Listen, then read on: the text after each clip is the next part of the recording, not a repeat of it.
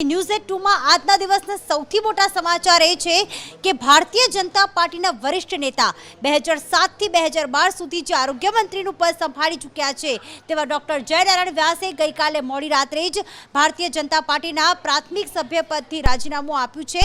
તેમણે નારાજગી પણ વ્યક્ત કરી છે, સાથે સાથે એ પણ કહ્યું કે 2017માં તેમની ટિકિટ કાપી દેવામાં આવી હતી। તો આખરે જયનારાયણ વ્યાસે શું કહ્યું, પોતાની પ્રતિક્રિયા આપતા સાંભળી લઈએ।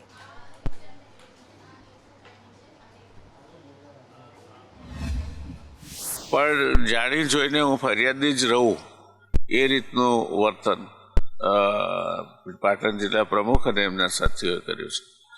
એટલે ચંદ્રકાંતભાઈને મેં જ્યારે જ્યારે કહ્યું કંઈ પણ મુશ્કેલ એમણે તરત એનો ઉકેલ આણી આપ્યો છે। પણ તમે ફરિયાદી તરીકે પ્રદેશ પ્રમુખ પાસે નાની નાની બાબતોમાં કેટલો સમય જાઓ?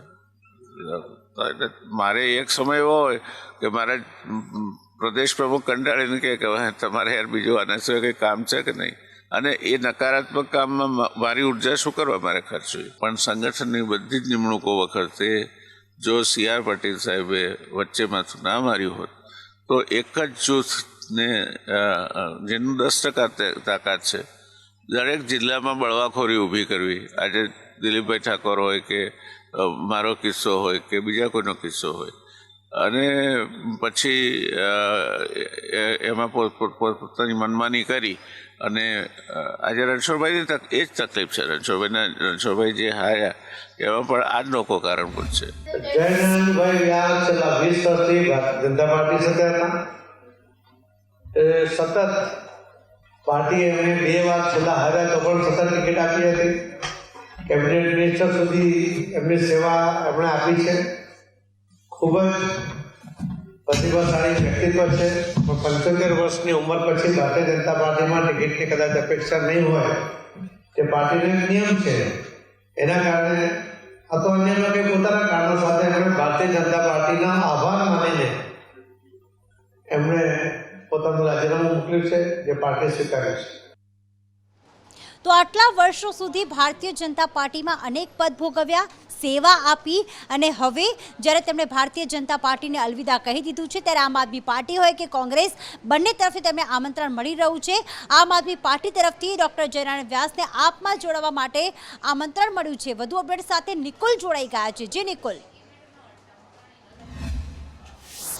જે બિલકુલથી જયનારાયણ વ્યાસે જે છે તે ભાજપમાંથી રાજીનામું આપી દીધા બાદ એક પછી એક રાજકીય જે પક્ષો છે, પછી કોંગ્રેસ હોય કે આમ આદમી પાર્ટી, તેમને આમંત્રણ પાઠવી રહ્યા છે। ત્યારે આમ આદમી પાર્ટીએ પણ જે છે તે જયનારાયણ વ્યાસને આમ આદમી પાર્ટીની અંદર જોડાવા માટે આમંત્રણ પાઠવ્યું છે।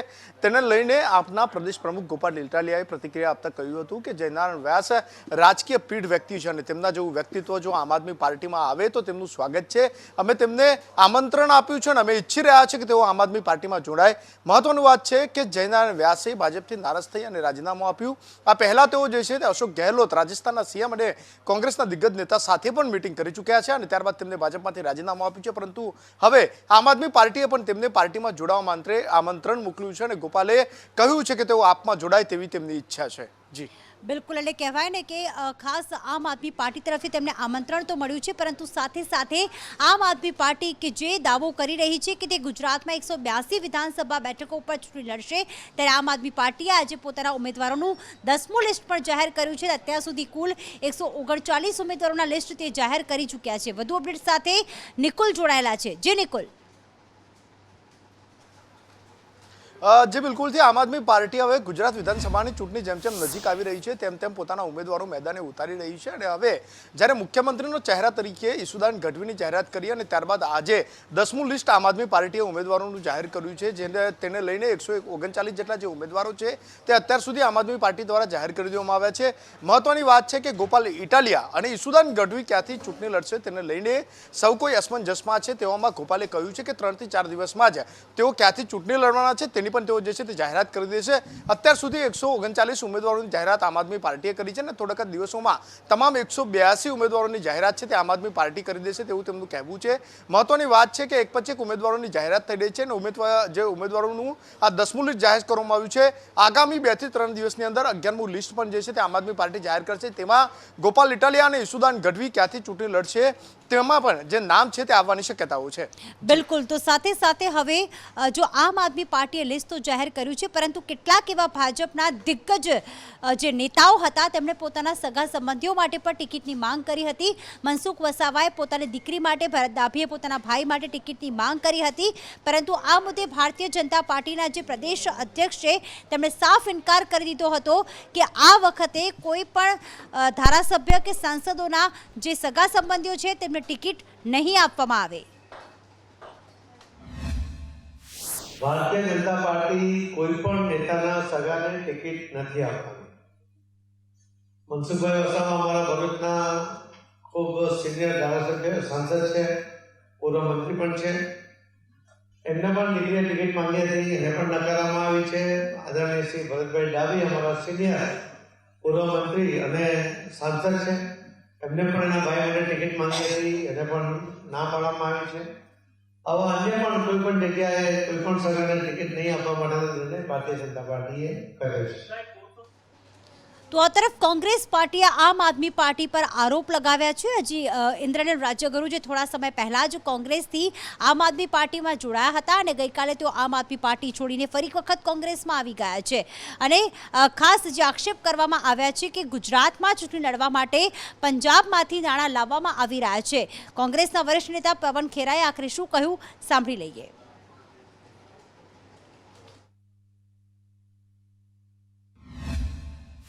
पंजाब सरकार का हवाई जहाज, 2 मुख्यमंत्री उस हवाई जहाज में गुजरात पहुंचते हैं 1 अक्टूबर जो कि तारीख ही बता रहे हैं, और उसमें थैले भरकर पैसे आते हैं. और जब उनसे पूछा जाता है कि साहब ये कैसे ले आए, तो इशारे से यूं बताते हैं कि ये सब हवाई जहाज से आ गए.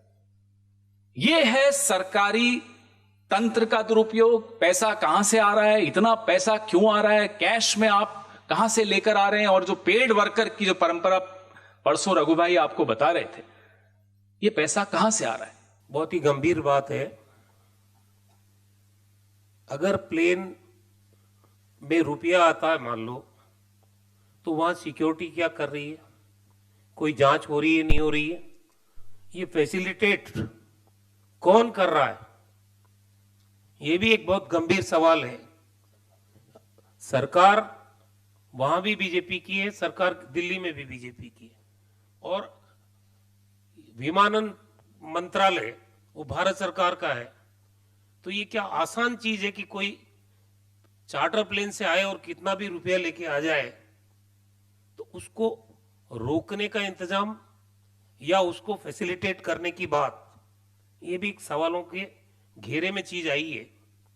तो इसलिए सवाल बहुत गंभीर है. આમ આદમી પાર્ટી મેં એટલા માટે જોઈન કરી હતી કે ક્યાંક મને ગેરસમજ થઈ હતી કે ભાજપને ગુજરાતમાંથી કાઢવા માટે ઉપયોગી થશે, પરંતુ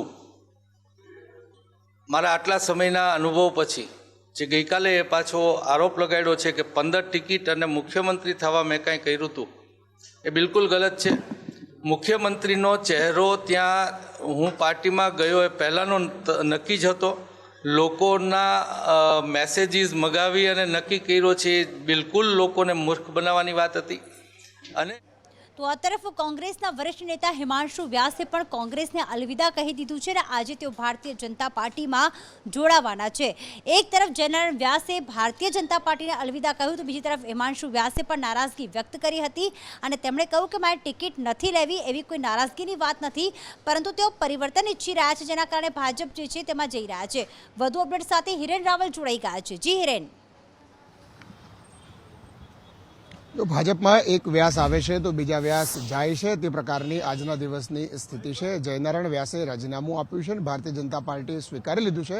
તો બીજી તરફ કોંગ્રેસમાંથી હિમાંશુ વ્યાસ કે જેઓ સુરેન્દ્રનગરના વઢવાણથી ચૂંટણી તેઓ લડતા આવ્યા છે, જોકે તેઓ જીત્યા નથી, તેમણે કોંગ્રેસમાંથી રાજીનામું આપ્યું છે. કોંગ્રેસમાં એઆઈસીસીમાં તેઓ વિદેશ વિભાગનું કામ એટલે કે ઓવરસીઝ વિભાગમાં તેઓ સંકળાયેલા હતા અને તેમના સેક્રેટરી પદેથી તેમણે આજે સવારે રાજીનામું આપ્યું છે. રાજીનામું આપ્યા બાદ થોડા સમય પહેલા જ પ્રદેશ કાર્યાલય કમલમમાં હિમાંશુ વ્યાસ તેમના કેટલાક સમર્થકો સાથે પહોંચ્યા છે. શંકર ચૌધરી પણ તેમની સાથે પાછળ કમલમમાં તેઓ પહોંચ્યા છે. સંભવતઃ અમિત શાહ અને સી આર પાટીલ સાથે પણ મુલાકાત કરશે અને સીધો ભારતીય જનતા પાર્ટીમાં જોડાયા છે એ પ્રકારનો ફોટો થોડીક વારમાં જાહેર કરવામાં આવશે અને સત્તાવાર રીતે તેઓ ભારતીય જનતા પાર્ટીમાં આજે જ જોડાશે. વઢવાણ બેઠક ઉપરથી તેઓ 2 વાર ચૂંટણી લડ્યા છે, જો કે એક પણ વખત બેઠક નથી જીતી શક્યા.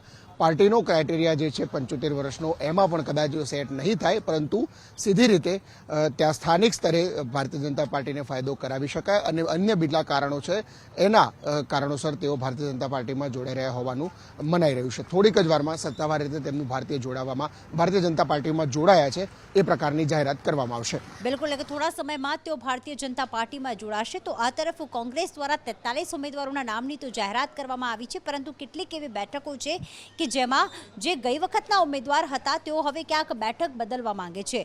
કોંગ્રેસના નેતા તુષાર ચૌધરી પણ ક્યાંક હવે દક્ષિણ ગુજરાતથી નહીં પરંતુ ઉત્તર ગુજરાતથી ચૂંટણી લડવા માંગે છે. કયા છે તે નેતા અને કઈ બેઠક પરથી તેમણે ચૂંટણી લડવાની ઈચ્છા વ્યક્ત કરી છે? વધુ અપડેટ સાથે અંકિત જોડાઈ ગયા છે. જી અંકિત. બિલકુલ પ્રીતિ, તુષાર ચૌધરી એ કદ્દાવર નેતાનું નામ છે, કોંગ્રેસના કદ્દાવર નેતા માનવામાં આવે છે. ચૂંટણી ગત વખતે તે મહુવાથી લડ્યા હતા અને તે બેઠક પરથી તેઓ હાર્યા હતા. અને આ વખતે ખાસ ઉત્તર ગુજરાતની જો વાત કરીએ તો ઉત્તર ગુજરાતમાં કોંગ્રેસ પાસે કોઈ આદિવાસી મોટો ચહેરો નથી અને ખાસ તેના કારણે ખેડબ્રહ્મા બેઠક તુષાર ચૌધરીએ તેમણે કહ્યું હતું કે મારે એ ખેડબ્રહ્મા બેઠક પરથી ચૂંટણી લડવી છે અને ખાસ કોંગ્રેસ દ્વારા એ વાત માની પણ લેવામાં આવી છે, કારણ કે ઉત્તર ગુજરાતમાં કોંગ્રેસ પાસે આદિવાસી નેતા તરીકે પ્રતિનિધિત્વ કરી શકે તેવો કોઈ નેતા નથી અને તેના કારણે તેમને ખેડબ્રહ્મા બેઠક પરથી આ વખતે ચૂંટણી લડાવાય તેવું મૂળ કોંગ્રેસે બનાવી લીધો છે. ખાસ તેમના પિતાની જો વાત કરીએ તો તેમના પિતા અમરસિંહ ચૌધરી પણ જે છે તે પણ ખેડબ્રહ્મા બેઠક પરથી લડ્યા હતા. ખૂબ જ સેફ સીટ આ પરિવાર માટે માનવામાં આવે છે. 1995 1998 બંને જે વિધાનસભા બેઠક એ ખેડબ્રહ્મા છે ત્યાંથી તેમના જે પિતા છે તે જીત્યા હતા અને તેના કારણે જ કોંગ્રેસને પણ એવું લાગે છે કે પિતાનો વારસો પુત્ર પણ સાચવશે અને ખેડબ્રહ્મા બેઠક જીતવાની સાથે સાથે ઉત્તર ગુજરાતમાં કોંગ્રેસનું પ્રતિનિધિત્વ ખૂબ સારી રીતે તુષાર ચૌધરી કરી શકશે અને કદાચ તેના માટે જ કોંગ્રેસે આ મન બનાવ્યું છે. બિલકુલ, એટલે કોંગ્રેસે મન બનાવી લીધું છે ને ખેડબ્રહ્મા બેઠક પર તેમને ટિકિટ આપવામાં આવશે કે નહીં તે પણ એક મોટો પ્રશ્ન છે, કારણ કે માંગી છે ટિકિટ પણ હજી ઓફિશિયલ કોઈ જાહેરાત નથી કરવામાં આવી. તો આ તરફ વાત કરીએ કે ભારતીય જનતા પાર્ટી દ્વારા કેટલીક જે ઉમેદવારો છે તેમનું લિસ્ટ ફાઇનલ કરવામાં આવ્યું છે. 5-5ની પેનલ બનાવવામાં આવી છે, પરંતુ ખોડલધામ સાથે જોડાયેલા જે એક ઉમેદવાર છે તેમને ટિકિટ નહીં મળે તે અંગેની નારાજગી પણ ક્યાંક વ્યક્ત કરી હતી. દક્ષિણ બેઠક પર ખોડલધામે લોબિંગ પણ અહીંયા શરૂ કર્યાની માહિતી અત્યારે મળી રહી છે. તો સાથે ખોડલધામ ટ્રસ્ટી રમેશ ટીલાળાએ દાવેદારી કરી છે અને તેમને ટિકિટ ન મળતા ક્યાંક તેમ નારાજગી પણ વ્યક્ત કરી શકે છે અને આ જ મુદ્દે રજૂઆત કરવા માટે નરેશ પટેલ અને રમેશ ટીલાળાએ ભાજપના નેતા સાથે મુલાકાત પણ કરી હતી. વધુ અપડેટ સાથે મયુર જોડાઈ ગયા છે. જી મયુર. બિલકુલ પ્રીતિ, જે પ્રકારે રાજકોટ દક્ષિણની બેઠક છે તેને લઈને નામોની ચર્ચા થઈ રહી હતી, તેમાં રમેશ ટીલાળા છે તે છેલ્લી ઘડીનું લોબિંગ કરતા હોય તેવું સામે આવી રહ્યું છે. ચાર્ટર પ્લેનની અંદર નરેશ પટેલની સાથે તેઓ અમદાવાદ પહોંચ્યા અને ત્યાંથી તેઓ ગાંધીનગર ગયા હતા. ગાંધીનગરની અંદર લગભગ 1 કલાક સુધી અલગ અલગ નેતાઓની સાથે મિટિંગો કરી હતી અને તેમાં લોબિંગ કર્યું હતું કે તેમને છે રાજકોટ દક્ષિણની બેઠક આપવી જોઈએ.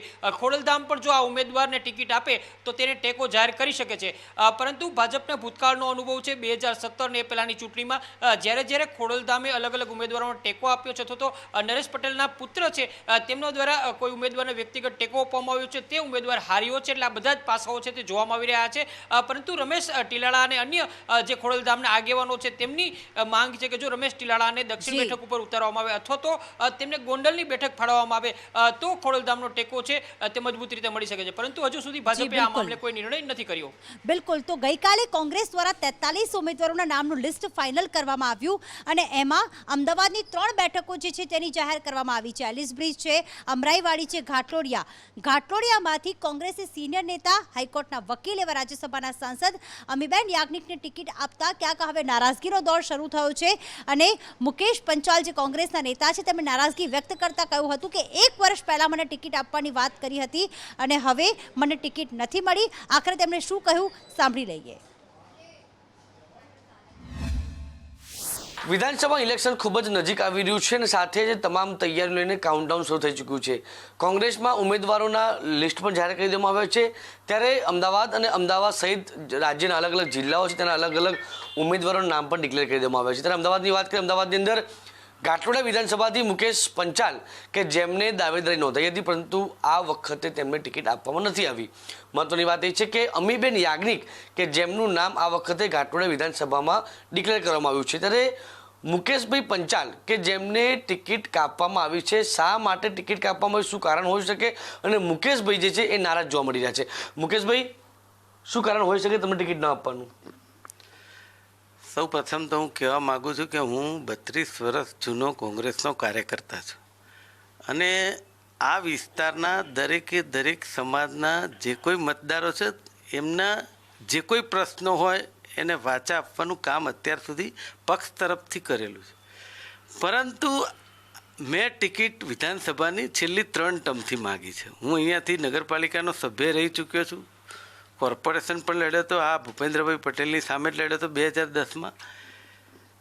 પરંતુ આ વખતે વિધાનસભાની ટિકિટ માગી હોય, ઘણી બધી ટિકિટો લોકોએ માગી હોય, 182 ટિકિટ હોય, પક્ષ ન આપી શકે માનવામાં આવે. પરંતુ આ વખતની વાત એવી છે કે મને પ્રદેશ નેતાગીરીમાંથી કહેવામાં આવ્યું હતું કે ઘાટલોડિયા વિધાનસભા બેઠક તમારે લડવાની છે. અને મેં નિકોલ વિધાનસભા ટિકિટ માગી હતી, જે અમારો સમાજ વધારે છે. ત્યાં મને એવું કહેવામાં આવ્યું કે તમે સ્થાનિક નથી એટલે પ્રશ્ન નડશે, એના કરતાં તમે ઘાટલોડિયાના સ્થાનિક છો, આટલું જૂના કાર્યકર્તા છો, ત્યાંથી તમને લડાવવામાં આવશે. તો બિલકુલ તો કોંગ્રેસે હજી તો માંડ 43 ઉમેદવારો જાહેર કર્યા અને ત્યાં કોંગ્રેસે નારાજગી જે છે તેનો સામનો કરવાનો વારો આવ્યો છે. વડોદરાની માંજલપુર બેઠક પર તેમણે ઉમેદવારના નામની જાહેરાત થતાં જ કાર્યકર્તાઓમાં ક્યાંક રોષ જોવા મળી રહ્યો છે. એક કાર્યકર્તાની ટિકિટ કપાઈ છે તો બીજા કાર્યકર્તાને ટિકિટ જ્યારે મળી છે ત્યારે કોંગ્રેસને જે ખરેખર ડર હતો તે જ હવે થઈ રહ્યો છે અને નારાજગીનો દોર શરૂ થઈ ગયો છે. અને આજે બહારથી લાઈને અમને આ બેનને ટિકિટ આપી છે. બેનને કોઈ ઓળખતું નથી વિસ્તારમાં અને કોંગ્રેસનો દરેક કાર્યકર્તા નારાજ છે. જો એને આ વિધાનસભાની ટિકિટ જો આપીને લડશે કોઈ બી કાર્યકર્તા એનું કામ કરે નહીં. અને કોંગ્રેસના અમે કાર્યકર્તા છે પણ કોંગ્રેસના બહારની વિધાનસભામાં જઈને અમે કામ કરીશું. એ વાત એમની સાચી છે કે પણ બધા વર્કર્સ જરૂરી ના હોય કે ફોરફ્રન્ટમાં આવે જ. ઘણા બધા લોકો બેકગ્રાઉન્ડમાં પણ હોય અને જે પાર્ટીની ઈચ્છા. એનસીપીમાં મારું ટર્મ બહુ શોર્ટ હતું. મારું એક જ છે કે એ લોકો મારા સામે જ લડે છે એ વાત જુદી છે, પણ હું તો એક જ માનું છું, હું તો મારા સિટીની ડેવલપમેન્ટ માટે લડું છું. હું કોઈની સામે નથી લડતી, મને કોઈ આ ઇન્ડિવિજ્યુઅલ એ નથી. And I am not concern કે કયા ઇન્ડિવિજ્યુઅલ સામે છે. બધા મોટાઓ છે, બધાને આદર છે. તો ભારતીય જનતા પાર્ટી દ્વારા હજી તો ઉમેદવારોની લિસ્ટ ફાઇનલ કરવામાં આવી રહી છે. 5-5 કે 3-3ની પેનલ બનાવવામાં આવી રહી છે અને આજે સંકલન સમિતિમાં 77 જે દાવેદારો છે, જે ઉમેદવારો છે તેમાં લિસ્ટ ફાઇનલ કરવામાં આવશે, તેના પર મંથન કરવામાં આવશે. સાથે અલગ અલગ બેઠકો ઉપર કયા કયા લોકોએ બાયોડેટા મોકલ્યા છે, દાવેદારી નોંધાવી છે, તે લિસ્ટ ફાઇનલ કરીને પછી જે કેન્દ્રીય પાર્લામેન્ટરી બોર્ડ છે તેને મોકલવામાં આવશે. આજે જે 77 બેઠકો પર મહામંથન કરવામાં આવી રહ્યું છે તે અંગે વધુ અપડેટ સાથે સંજય ચૌધરી જોડાઈ ગયા છે. જી સંજય. જે આજે સંકલન સમિતિનો જે છેલ્લો દિવસ છે ને છેલ્લા દિવસે મહત્ત્વની જે બેઠકો છે તેના ઉપર ચર્ચા ચાલી રહી છે. કારણ કે અમદાવાદ શહેરની 16 બેઠકો, સુરતની 16 બેઠકો છે અને કેટલાક મોટા માથાઓ છે કે જેના આ બેઠકો પરથી ગત ચૂંટણીમાં લડ્યા હતા અને તેઓ જીતીને વિધાનસભામાં પહોંચ્યા હતા. આ બેઠકો ઉપર આજે ચર્ચા થઈ રહી છે, જેમાં પ્રદીપસિંહ જાડેજા, પૂર્વ ગૃહમંત્રી હર્ષ સંઘવી છે, જગદીશ પંચાલ છે. આ તમામ જે નામો, મોટા નામો છે કે જે અત્યારે મંત્રીમંડળમાં છે અથવા તો પૂર્વમાં કેબિનેટ સુધીના મંત્રાલયમાં રહેલા તેના નામ ઉપર ચર્ચા થઈ રહી છે. ટોટલ 77 બેઠકો છે, તેમના ઉમેદવારોના નામ ઉપર ચર્ચા આજે ચાલશે અને જે પેનલ છે તૈયાર કરવામાં આવશે. આ પેનલ બનાવી ત્યારબાદ તે પ્રદેશ પાર્લામેન્ટરી બોર્ડ સમક્ષ રજૂ કરવામાં આવશે. મહત્વની બાબત એ છે કે પ્રથમ જે તબક્કાનું મતદાન છે તેને લઈને જાહેરનામું આજે નોટિફિકેશન જાહેર થઈ ચૂક્યું છે. તે 5 તારીખથી 10 તારીખ સુધી ચૂંટણી ઉમેદવારી ફોર્મ ભરવા માટેનો સમયગાળો છે. તો આ ટૂંકા સમયમાં જે 89 બેઠકો છે તેના ઉમેદવારોના નામ જાહેર કરવા જરૂરી છે, જેથી કરીને આજ સાંજ સુધીમાં 89 બેઠકોના જે નામ છે તે પણ ફાઇનલ થઈ શકે અને 1-2 દિવસની અંદર આ તમામ 89 બેઠકોના નામ જાહેર કરવામાં આવી શકે છે. જી બિલકુલ. એટલે કે આ તરફ ઉમેદવારોનું લિસ્ટ ફાઇનલ કરવામાં આવી રહ્યું છે, બીજી તરફ ચૂંટણી ઢંઢેરાની પણ તૈયારી. કારણ કે જનતા ત્યારે જ રીતશે, જનતા એ જ પાર્ટીને વોટ આપશે કે જે વચન પૂરા કરશે, જે વાયદાઓ મોટા મોટા કરશે. પણ વાયદા મોટાની સાથે સાથે જનતાના સૂચનો પણ મંગાવવામાં આવી રહ્યા છે. ભારતીય જનતા પાર્ટી દ્વારા ગાંધીનગરથી એક કેમ્પેનની શરૂઆત કરવામાં આવી છે, જેમાં ચૂંટણી ઢંઢેરામાં જનતા આખરે શું ઈચ્છે છે તેવા સૂચનો માંગવામાં આવી રહ્યા છે. અને ભારતીય જનતા પાર્ટીના પ્રદેશ અધ્યક્ષ CR પાટીલે આ કેમ્પેનની શરૂઆત તો કરાવી, પરંતુ કોંગ્રેસ દ્વારા એના પર આક્ષેપ કરવામાં આવ્યા કે ભારતીય જનતા પાર્ટી આ કેમ્પેન શરૂ કરાવીને જનતાના પ્રશ્નો નહીં પરંતુ પોતે એક નાટક કરી રહી છે. કોંગ્રેસના નેતા હેમંતસિંહ પટેલે આખરે શું કહ્યું સાંભળી લઈએ.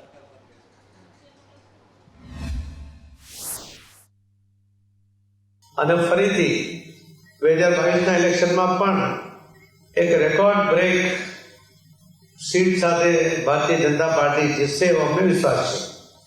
તો આ જીત મેળવતા પહેલા લોકોની અપેક્ષાઓ જાણવી એ અપેક્ષાઓને પૂર્ણ કરવા માટે વચનો સંકલ્પ પત્રમાં એનો ઉલ્લેખ કરવો એ માટેનો એક આયોજન ભારતીય જનતા પાર્ટી તરફથી કરવામાં આવ્યું છે.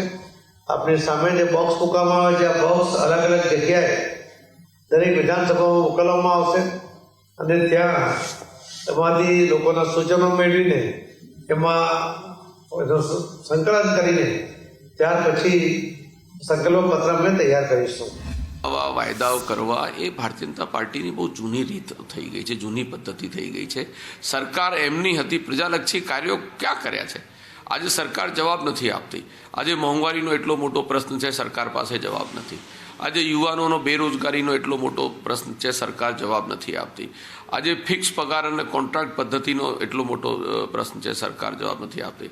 સરકાર સામે ખેડૂતો આંદોલન કરી રહ્યા છે, યુવાનો રોજગારી માટે આંદોલન કરી રહ્યા છે અને હવે તમે લોકોને કહો છો કે તમે મેનિફેસ્ટો આપો, તમને કહેવા છે. આ એક માત્ર ભ્રમ અને ભ્રમિક આ બધા ગુમરાહ કરવા માટે લોકોને એક ભ્રમ પેદા કરવા માટેનો એક પ્રયાસ કરી રહ્યા છે. લોકો ઓળખી ગયા છે કે જે વચનો 2017માં એમને આપ્યા હતા એમાંથી કોઈ અમલ નથી કર્યું, 2012માં જે વચનો આપ્યા એનો કોઈ અમલ નથી કર્યો. તો માત્ર ને માત્ર આ દેખાડા કરે છે અને દેખાડાથી હવે મત નથી મળી જવાના. લોકોને હવે એની જે તકલીફો છે એ તકલીફોનો જવાબ જોઈએ અને જવાબ ભારતીય જનતા પાર્ટી આપવો પડશે. તો આ તરફ આક્ષેપ અને પ્રતિ આક્ષેપના દોરની વચ્ચે ક્યાંક હવે ટિકિટની માંગ પણ શરૂ થઈ ગઈ છે અને ક્યાંક વજુભાઈ વાળાના જે અંગત મદદનીશ છે એમની સામે પગલાં તોડાતા દેખાઈ રહ્યા છે. ભાજપની 68 અને 69 બેઠક માટે તેજસ ભટ્ટીએ દાવેદારી તો કરી છે, પરંતુ ભાજપ માટે કામ કરતા રહ્યાનું તેજસ ભટ્ટીએ નિવેદન પણ આપ્યું છે. આખરે શું કહ્યું તેમણે સાંભળી લઈએ. જે સેવાના જે નિયમો છે એમાં સરકારી કર્મચારીઓ અને અધિકારીઓ રાજકીય પ્રવૃત્તિમાં કે ચૂંટણીમાં ભાગ લઈ શકે કે નહીં એના બાબતના વ્યવસ્થિત નિયમો છે. એ નિયમોના પરિપ્રેક્ષમાં આ તમામ પાસાઓની ચકાસણી કરવામાં આવશે અને ચકાસણી પછી યોગ્ય નિર્ણય એમાં કરવામાં આવશે. સરકારી કર્મચારીનું નામ શું છે અને તે હાલ ક્યાં ફરજ બજાવે છે? જુનિયર ક્લાર્ક તરીકે આપણે ત્યાં સરકારી કર્મચારી છે જે મીડિયાના માધ્યમથી સોશિયલ મીડિયાથી જે જાણકારી મળે છે એમાં તેજસ ભટ્ટી અમારા ત્યાં પ્રોજેક્ટ શાખામાં જુનિયર ક્લાર્ક તરીકે ફરજ બજાવે છે. તો મોરબી દુર્ઘટનાને લઈને 4 આરોપીઓને કોર્ટમાં રજૂ કરવામાં આવ્યા છે. 4 આરોપીઓના રિમાન્ડ પૂર્ણ થતાં તેમને ફરી એક વખત કોર્ટમાં રજૂ કરવામાં આવ્યા છે. મોરબી હોનારતમાં જે 136 લોકો મૃત્યુ પામ્યા હતા ત્યારે રિમાન્ડ પર રહેલા 4 આરોપીઓને હાલમાં કોર્ટમાં રજૂ કરવામાં આવ્યા છે. કોર્ટે શનિવાર બપોર સુધીના રિમાન્ડ મંજૂર કર્યા હતા અને વધુ રિમાન્ડની માંગ સાથે હાલમાં ફરી એક વખત આરોપીઓને કોર્ટમાં રજૂ કરવામાં આવ્યા છે. અગાઉ 5 જેટલા આરોપીઓને જેલ હવાલે કરવામાં આવ્યા હતા. ફોનલાઈન પર નિલેશ પટેલ વધુ અપડેટ સાથે જોડાઈ ગયા છે. જી નિલેશ. જે રીતે દુર્ઘટના બની હતી અને ત્યારબાદ 135 લોકોના જીવ ગયા હતા અને આ દુર્ઘટનાની અંદર 9 જેટલા આરોપીઓની અત્યાર સુધીમાં પોલીસે ધરપકડ કરી છે અને આ 9 આરોપીઓ પૈકીના જે 4 આરોપી કે જે ઓરેવા કંપનીના મેનેજર સહિતના જે 4 આરોપી હતા એ 4 આરોપીના શનિવાર સુધીના એટલે કે આજ સુધીના રિમાન્ડ હતા અને હવે તેમને કોર્ટમાં રજૂ કરવામાં આવે છે. હાલમાં જે છે આ 4 આરોપીઓ જજ સમક્ષ છે અને તેની અંદર દલીલો ચાલી રહી છે. હવે આગળ ફેસલો લેવા છે કે આ રિમાન્ડ વધારવામાં આવે છે કે તેમને જેલ હવાલે કરવાનો નિર્ણય કરવામાં આવે છે. પરંતુ હાલમાં જે કહી શકાય કે આ ચકચારી જે કેસ છે એ કેસના આરોપીઓને રજૂ કરવામાં આવ્યા છે અને હવે આગળનો નિર્ણય કોર્ટ દ્વારા લેવામાં આવશે. પ્રીતિ. બિલકુલ આભાર નિલેશ તમામ વિગતો માટે. તો ન્યૂઝ 2માં અત્યારે બસ આટલું જ. નમસ્કાર.